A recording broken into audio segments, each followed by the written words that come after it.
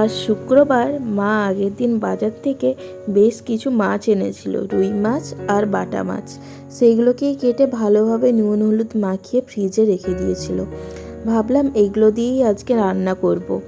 ভাবছিলাম কিছুক্ষণ কি রান্না হবে দিয়ে অনেকক্ষণ ফোন ঘাটার পর ভাবলাম আজকে একটা নতুন কিছু ট্রাই করা যাক। প্রথমেই একটা বাটিতে 2 চামচ সরষা, 1 চামচ পোস্ত আর 1 চামচ তিল আর 2টো লঙ্কা দিয়ে ভিজিয়ে বেটে নিব।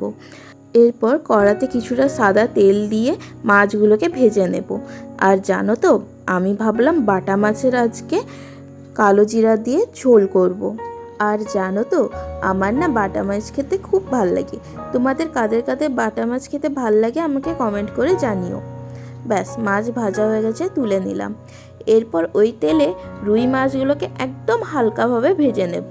এটা কাঁচাও করতে পারো, আমি রুই মাছের ভাপা করব। আমি কাঁচা মাছ খেতে পারি না বলে হালকা করে ভেজে নিচ্ছি। এরপর কড়াতে পেঁয়াজ কিছু বেরেস্তা করার জন্য দিয়ে দিচ্ছি। বেরেস্তাটা আমি রুই মাছের ভাপাতে দেব, তার জন্য এটাকে গোল্ডেন করে ভেজে পরে তুলে রেখে দিচ্ছি।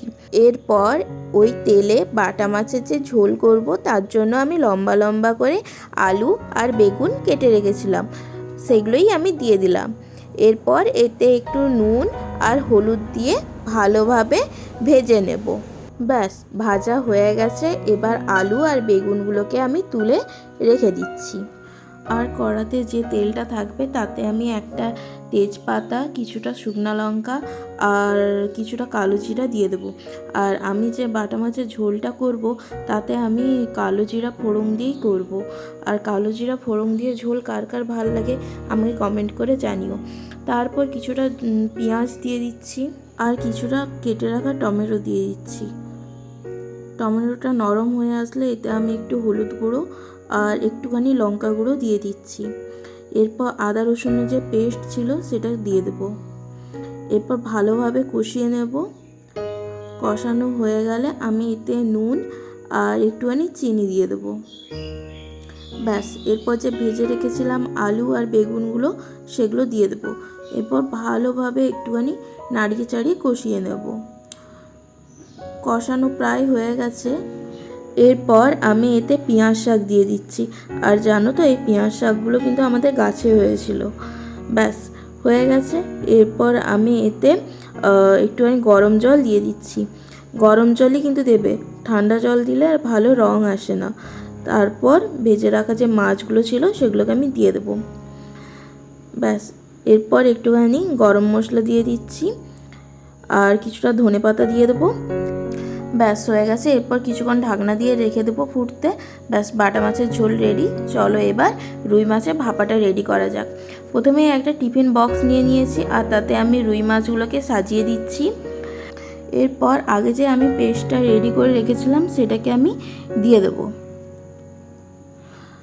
আর এরপর আমি এতে কিছুটা সামান্য নুন আর সামান্য একটু চিনি দিয়ে দিচ্ছি। এরপর আমি যে পেঁয়াজগুলো ভেজে রেখেছিলাম বেরেস্তা, সেগুলোকে দিয়ে দেব আর দিব সামান্য একটুখানি জল। ব্যাস, হয়ে গেছে। এরপর আমি সবগুলো মাছকে মশলার সাথে মাখিয়ে নেব। মাছগুলো মাখানো হয়ে গেলে এতে আমি সরষের তেল দিয়ে দেবো। এরপর উপর থেকে কয়েকটা কাঁচা লঙ্কা দিয়েছি আর একটুখানি ধনেপাতা আর অল্প একটুখানি জল দিয়ে এই টিফিনটা ঢাকনাটা আমি লাগিয়ে দেবো। ব্যাস, রেডি। আর বেশি কিছু না, এটাকে আমি 10 মিনিটের জন্য ভাপে বসতে দেবো। এর জন্য একটা বড় দেখে বাটি নিয়েছি, তাতে কিছুটা জল দিয়েছি আর একটা এরকম যদি বাড়িতে স্ট্যান্ড থাকে সেগুলোকে দিয়ে দেবে। আর তার উপরেই আমি টিফিন বক্সটাকে চাপিয়ে দেবো। ব্যাস, ঢাকনা দিয়ে আমি এর ওপর ভারী কিছু দিয়ে রাখবো। এর জন্য আমি নড়াটা পেয়েছি, তাই নড়াটা আমি দিয়ে দিয়েছি। 10-15 মিনিট এটাকে আমি হতে দেব। আর তারপরেই রুই মাছের ভাপা রেডি। তোমরা একবার খেয়ে দেখো, এটা কিন্তু খুব সুন্দর হয়েছিল। আর এটা আমি ফার্স্ট টাইমই বাড়িতে বানিয়েছিলাম। দেখা হবে নেক্সট ভিডিওতে। বাই।